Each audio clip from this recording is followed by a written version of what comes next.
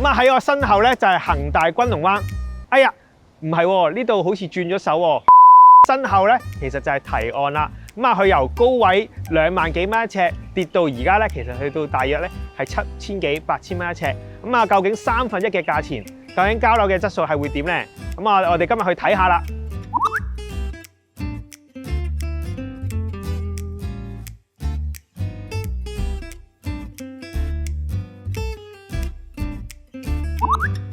咁啊，我哋入到啲貨尾單位咧，第一樣嘢要試嘅就係試個冷氣着唔着啦。咁啊，而家撳下佢咧，其實你會見到呢度有反應，隔離嗰部係冇反應嘅。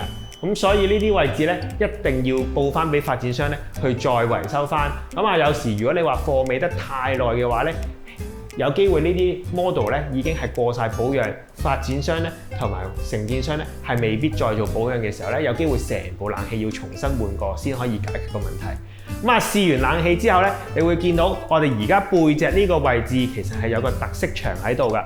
咁啊，呢個特色牆咧，其實就係發展商咧原本裝修嘅時候咧，已經係幫業主係留咗呢個特色牆，係方便業主咧擺完個電視之後有個背景牆喺後面嘅。咁我哋行到去露台呢度啦。咁啊，露台講過好多次啦，逢親你話見到呢啲踩住落去嘅下低有個升高地台嘅，其實最緊要咧係望清楚下低有冇垃圾。咁啊，而家呢度下低咧全部都係啲垃圾啦，你會見到已經係塞晒渠啦。咁同埋咧有啲紙皮喺入面嘅，都幾核突下，哇！呢啲應該1000年報紙嚟㗎啦。咁啊，咁核突嘅，咁啊一定要叫翻發展商咧去清潔翻乾淨佢。如果唔係，有機會咧就好似而家咁樣咧，係會有塞渠嘅情況啦。咁啊，講完呢度塞渠之後，我哋再望下佢牆邊外牆嘅位置。咁啊，外牆嘅位置咧，你會見到呢個位置，而家天花頂呢個位置係有白色嘅水漬慢慢滲落嚟，滲到落去中間呢個牆身位置都係有成灘水喺度。咁啊，呢啲位置咧，即係代表佢樓上嘅位置已經係慢慢滲水，滲到落去個石屎牆度，慢慢嘔水嘔翻出嚟。咁啊，呢啲位置一定要叫翻發展商咧去再維修翻啦。咁啊，呢啲點樣去維修咧？就係維修樓上單位個濾冚。咁啊，再重新擠一擠膠，令到啲水咧唔會入到個濾冚咧，就減少呢個牆身有漏水嘅風險啦。咁啊，呢啲咧一定要叫翻通知翻管理處啦，落翻個吊船啦，慢慢再重新擠個膠，慢慢試一試佢，咁啊先可以解決個問題。呢啲咧係急唔嚟嘅，咁啊可能執完一次都係會有慢慢漏水，可能要再執第2次、第3次先可以解決個問題啦。咁我哋嚟到走廊嘅位置啦，你會見到咧，佢牆身咧全部都係用晒牆紙噶。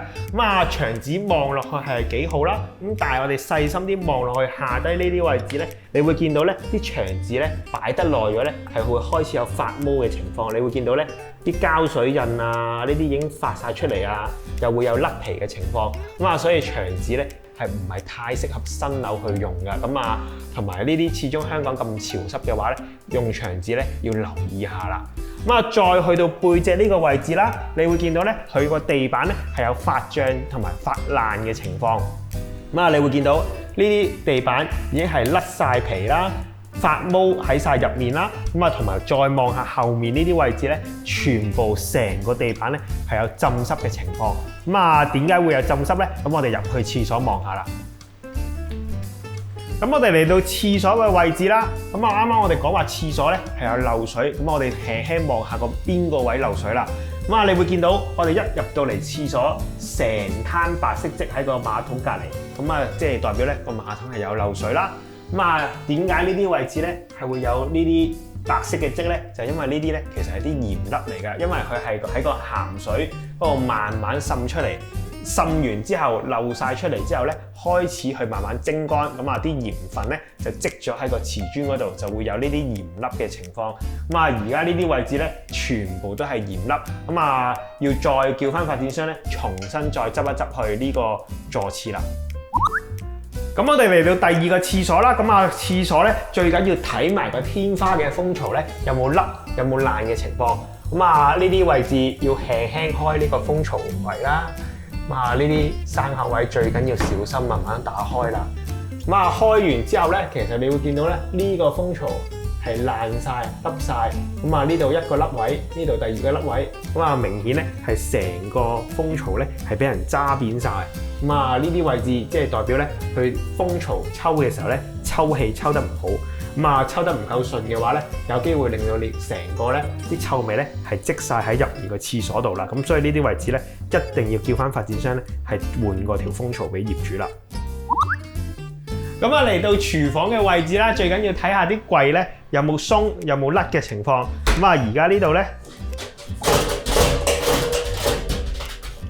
成隻櫃咧根本條櫃咧係冇裝到㗎。咁啊呢啲位置一定要裝翻好去，如果唔係有機會咧，成隻甩落嚟咧就揼親腳趾㗎啦！哇，成個甩埋，咁啊呢啲要重新裝過去啦，咁啊冇理由輕輕掂下去咧就甩埋㗎，咁啊唔通送俾我做手信咩？咁啊嚟到工作平台嘅位置啦，你會見到咧出面咧係工作平台係有瓷磚咧係有甩咗嘅情況，咁啊記緊要補翻好佢啦。如果冇補嘅話咧，有機會咧佢會啲水沿住個窿位入到去個廚房入面㗎，咁所以呢啲位置一定要叫翻發展商咧去再補翻好佢啦。咁啊呢個單位咧我哋驗完啦，咁最後嘅得分咧就係51分。咁啊第一個地方就係牆紙啦，你會見到啲牆紙咧其實已經係有甩啊、有發毛嘅情況，咁啊呢啲會扣分扣得比較多少少。咁啊第二個位置啲地板咧已經係有發爛嘅情況，咁啊浸晒濕晒，咁啊呢啲位置咧都係會扣分。咁啊第三樣啲櫥櫃係有甩櫃門嘅情況，咁啊呢啲係屬於嚴重嘅地方，咁所以會扣分咧又係扣得比較多少少。咁啊第四樣就係個家電，你會見到咧冷氣機有壞啦，天花蜂巢咧係有甩嘅情況。咁啊最後一樣就係清潔啦，你會見到成屋咧都係發晒毛，咁啊污糟邋遢，咁所以呢啲位置咧都係扣得比較多少少㗎。